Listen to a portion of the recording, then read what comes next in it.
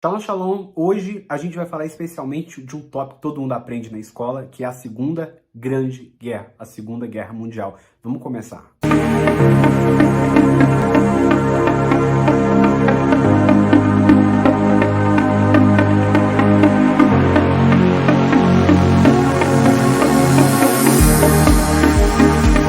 Todo mundo aprende também na escola, que começa em 1939 e termina em 1945.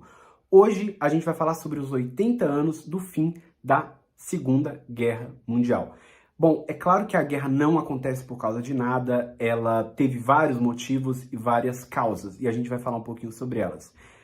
Porém, a gente deve também considerar outros países, inclusive periféricos, como o Brasil, que também tiveram alguma atuação, inclusive com o envio de 25 mil brasileiros para a Itália. A FEB, a Força Expedicionária Brasileira, enviou 25 mil homens.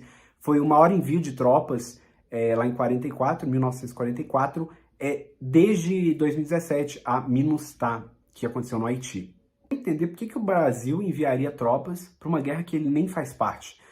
Bom, vamos falar sobre isso um pouquinho mais para frente, que isso aconteceu durante o governo de Getúlio Vargas, e a gente vai falar daqui a pouco sobre isso. Bom, em 1931, em setembro, o Japão ele vai invadir a Manchúria com seu objetivo de expansão na Ásia.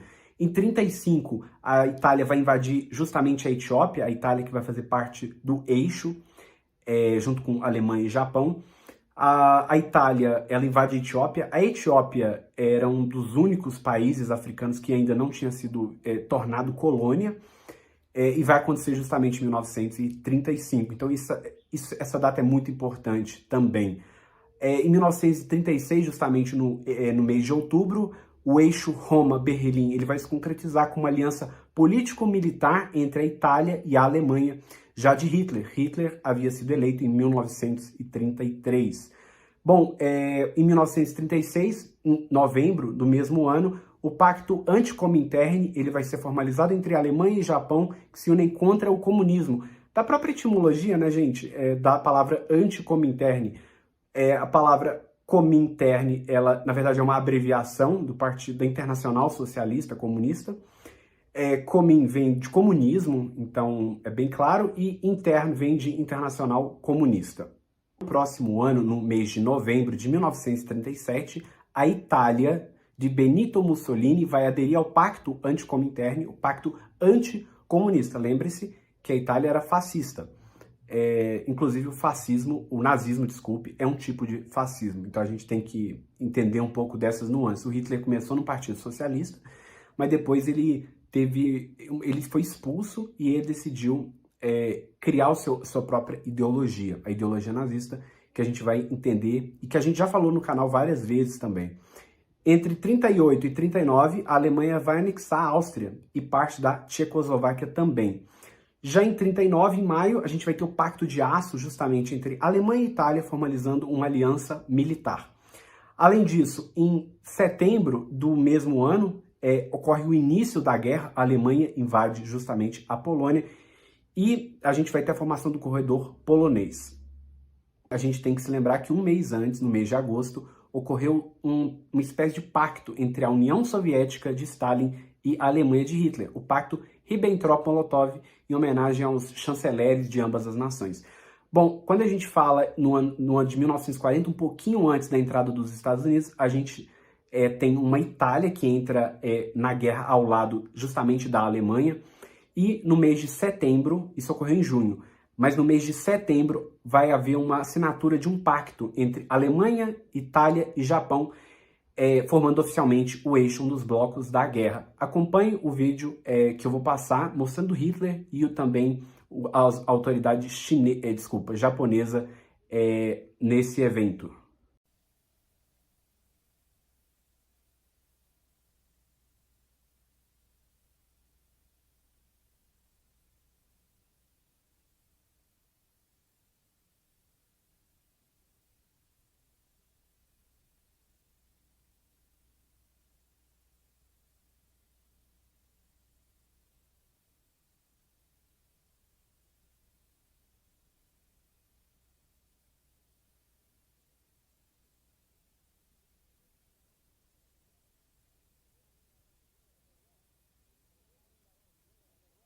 fato, depois desse vídeo que a gente viu, em 1940, vários países europeus vão aderir também ao eixo, juntamente com Itália, Alemanha e também Japão. Bom, os países que vão aderir já em 1940, em novembro, são Hungria, Romênia e Eslováquia. Uma breve interrupção. E a Bulgária, a Iugoslávia, que vai sair logo também, no mesmo ano que ela entra, e a Croácia e a Finlândia, que vai atuar como co-beligerante, este último país, eles vão entrar em 1941. Bom, em janeiro de 1942, a gente vai ter a Declaração das Nações Unidas, que vai ser assinada inicialmente por Estados Unidos, União Soviética, Reino Unido e outros, formalizando, né, os aliados, o bloco dos aliados em contraposição aos países do eixo. Em 1943, em setembro, vai acontecer uma coisa muito curiosa. A Itália vai se render aos aliados. Então, os comunistas eles vão tentar tomar o poder lá na Itália, dos fascistas, e a Alemanha ela vai ocupar o norte da Itália. Em 1944, entre agosto e setembro, a Romênia, Bulgária e a Finlândia elas vão desertar do eixo. Então, mais um evento aí de perda de poder desse bloco também. Em 44, no mesmo ano, em outubro, a Eslováquia ela vai ser ocupada pela Alemanha após um levante justamente contra o eixo.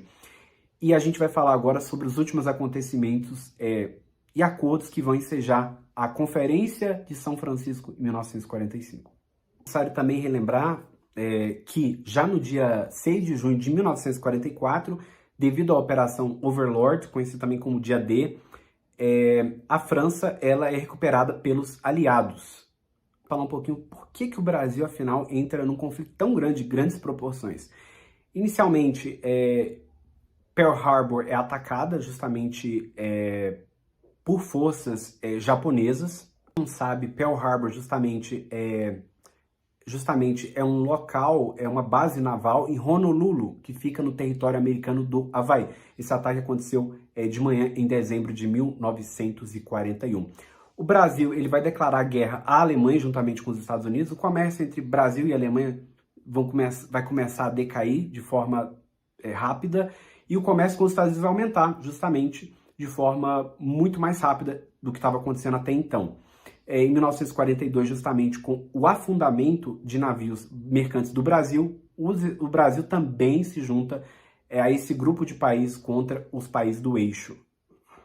Em 1945, o último ano da guerra, entre abril e maio, vai acontecer justamente a Batalha de Berlim e o Hitler vai morrer durante o mês de abril. Ocorre o colapso final do eixo na Europa, justamente em maio, e a Alemanha se rende. E a Croácia é tomada por partisãos iugoslavos. Em setembro de 1945, o Japão ele se rende oficialmente, terminando a Segunda Guerra Mundial. É claro que antes disso, em agosto, as cidades de Hiroshima e Nagasaki vão ser bombardeadas por bombas atômicas. A única vez que acontece isso na história da humanidade, justamente a concretização do Projeto Manhattan, liderado aí pelo cientista Oppenheimer. Fica aí a dica de filme, é um filme muito interessante e também cativante, é um filme que fala aí sobre o Projeto Manhattan e o seu desenvolvimento, a presença do Einstein também como uma figura de pacificação que havia fugido justamente da Alemanha. Curiosidade, e inclusive lembrando que a Argentina vai se juntar também à Conferência de São Francisco, ela que declarou guerra somente em 1945, aos países do eixo. Muito curioso. A Espanha ela se manteve neutra, outro fato importante também de dizer. Portugal teve recalcitrância em apoiar justamente a Alemanha de Hitler, porque lá em Portugal, o ditador naquela época, o Salazar, ele acreditava justamente que Portugal ele não podia se aliar a um sistema anticatólico. Então, aquele sistema místico que o Hitler criou, ou ele pegou emprestado, aquilo lá era inaceitável, aquilo era absurdo e Portugal não poderia aderir àquilo. Curiosidade, alguns navios que foram afundados são justamente Baipende, Araraquara, Aníbal, Itagiba, Arara. Então, alguns navios, e também o Taubaté. Então, uma última curiosidade aí sobre os navios que foram de fato afundados, levando a várias mortes por parte dos brasileiros, foram atacados pelos alemães. Para terminar o episódio, Se você quiser saber mais sobre isso, sobre esse assunto, sobre a Conferência de São Francisco, multilateralismo, também sobre a criação da ONU, fica a dica para conhecer os nossos episódios, inclusive sobre a história da República de Weimar e a ascensão de Hitler, que deve estar em algum lugar no nosso canal. Até o próximo episódio.